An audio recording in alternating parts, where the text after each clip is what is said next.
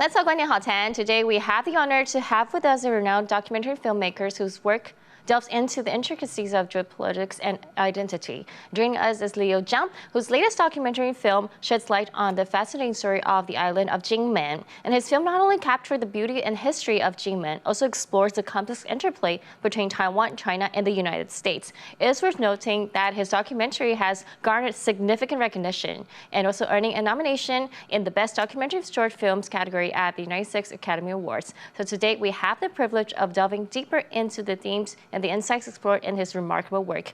Welcome, Leo. Thank you so much for joining us on the program. Thank you for having me.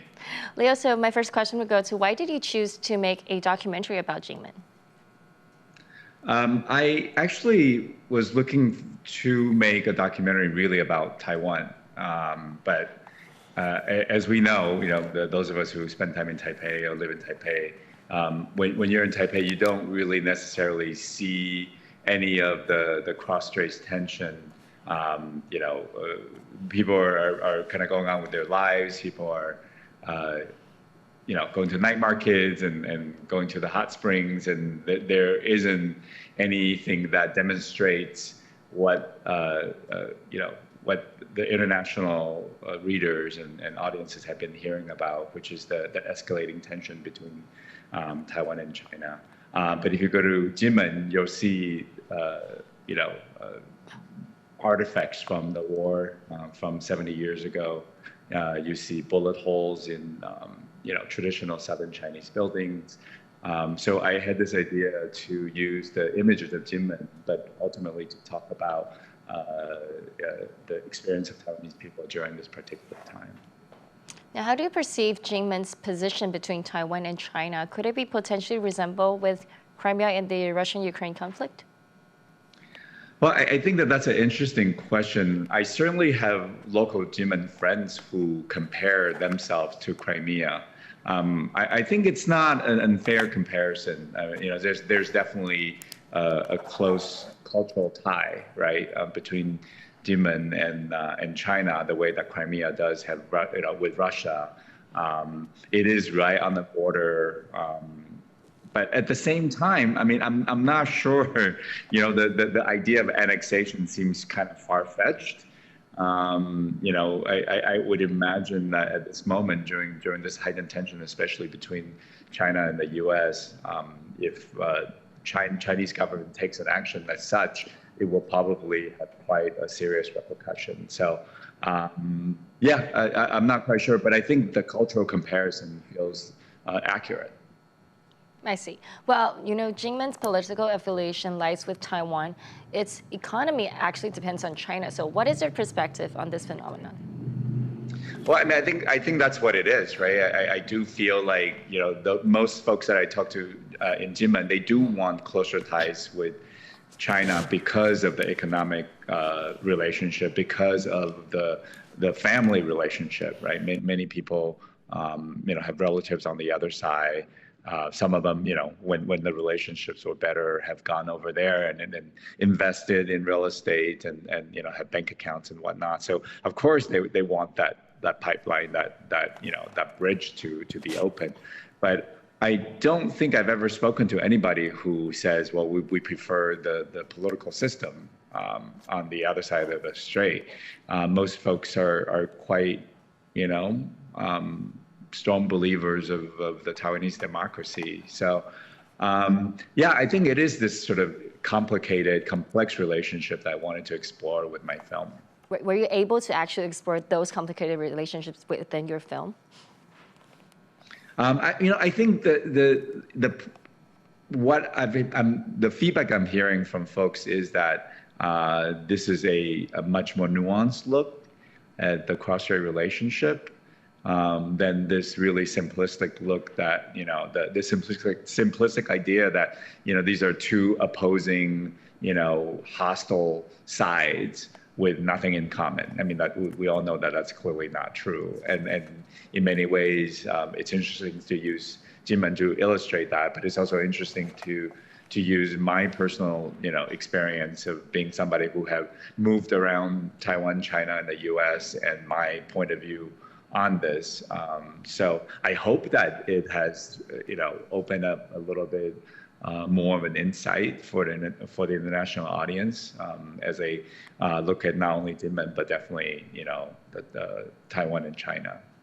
Well, your work also suggests that compared to Taiwan, the political atmosphere in Jinmen is relatively peaceful, and the perceived threat from China seems less pronounced. So what are your personal thoughts on this?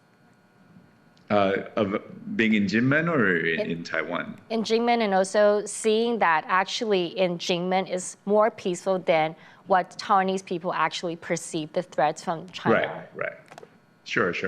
I mean, I think that's interesting, isn't it? I mean, I feel like the way that Taiwanese perceive Jinmen is the way that the rest of the world perceives Taiwan.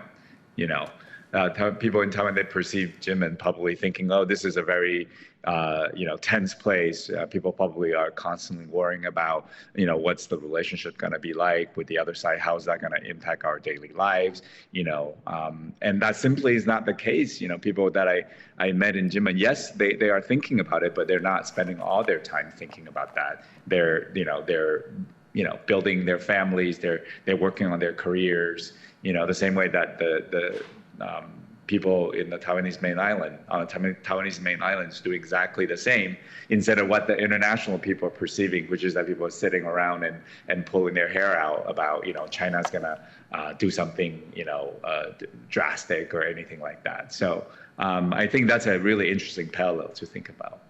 Yeah, it's very interesting because we know that they are in the front line, they're the closest to China, but actually they perceive it very differently with people that's more distance from it. And also we know that in Jinmen, they still use Teresa Deng Lijing's as a theme of psychological warfare. So how do you view this phenomenon?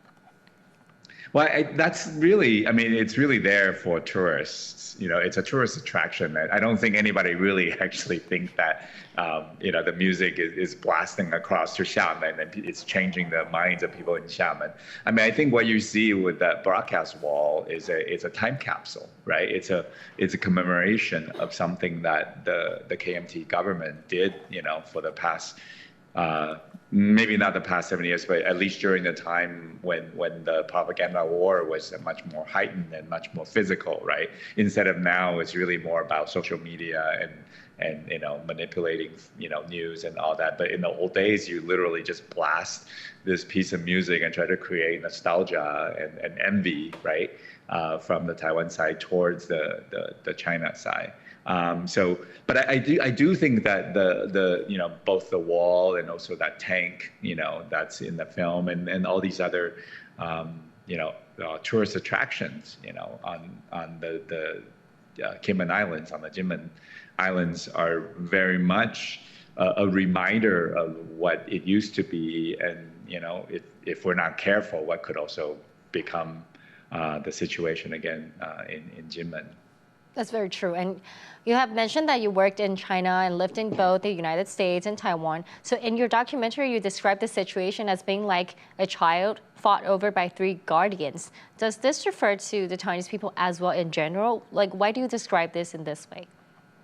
Well, I think for me, maybe I feel that way because I do spend a large amount of time in the U.S. But I do feel like as people, right, as members of the Taiwanese society, I don't think many of us really feel like we have a say in the future of our country or of our society.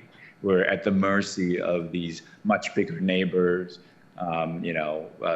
China and then U.S. as well, and also, so much of these relationships, these dysfunctional relationships, between the Taiwanese government and the U.S. government, it's both dependent, but also Taiwan does need the U.S. support, and certainly between Taiwanese government and the Chinese government, that there's a lot of performance of what that relationship actually is, who belongs to where and what what the history is between the two sides and what the trade relationships are like, the passports and the IDs that are used are if you think about it, it's actually quite absurd.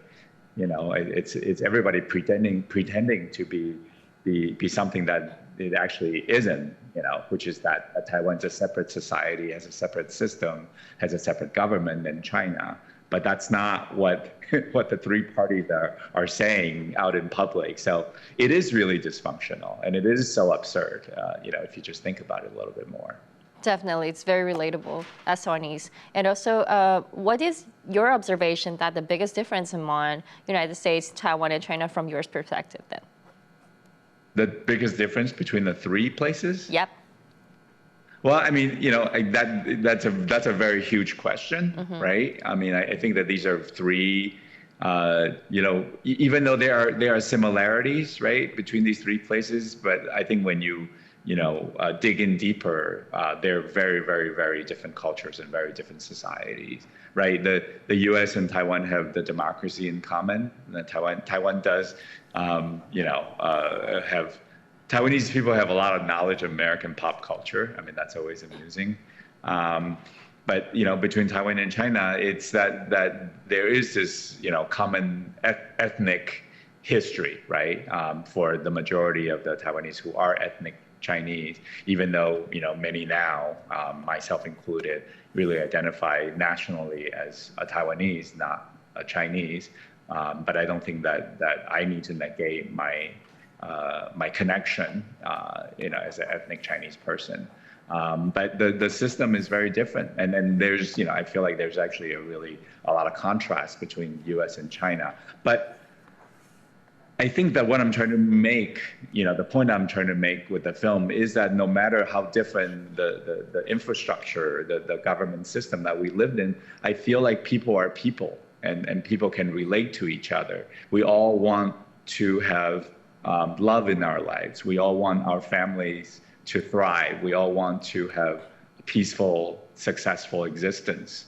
And I don't think that we should let these sort of absurd, governmental policy decisions and the fact that some of these are really relics from 70 years of Cold War interfere with the human connection, interfere with the fact that we can feel empathetic for people who are supposedly on the other side and relate. And because of this connection, this human connection, that we can focus on, maintaining peace and celebrating human lives and human existence. Definitely, and I'd like to congratulate you on whatever you just said that you're trying to achieve through this film. You're trying to send out this message the world sees as you're nominated for the Oscar. This is a significant achievement. What does this symbolize for you personally as well? Well, for me, as a documentary filmmaker who has been doing this work for more than 20 years, I mean, this is an incredible acknowledgement for me of my work. I feel very, very excited and very, very grateful to be acknowledged by my peers, by other documentarians in this way. In terms of for the story, I do think that because of this acknowledgement, because of the nomination, more people are more likely to search out the film and watch the film, and hopefully they will, get a glimpse into what it's like to be in Jinmen, what it's like to be a Taiwanese person at this time, and the concerns that we have with the situation. And I hope that they do, receive this message of peace that I am trying to advocate for. And also looking forward, what other things would you like to explore in your next project? I am already making a personal film, even more personal than this one, about my family's immigration experience, and maybe using that to examine the long and complex relationship between Taiwan and U.S. over the past several decades. I'm also thinking that it will be a really interesting film to do, to make a film about Teresa Teng. For the international audience. I mean, of course, there's been many profiles of Teresa Teng for the people that know who she is, for her fans. But I think it might be a really interesting vehicle to again, take a deeper look at the long and winding geopolitical relationship in the Chinese diaspora. Sorry, in the Chinese diaspora through the music of Teresa Teng. Wow. Well, those all sounds very exciting projects, and we do look forward to it. Thank you so much for joining us and sharing with us your expertise today, Leo.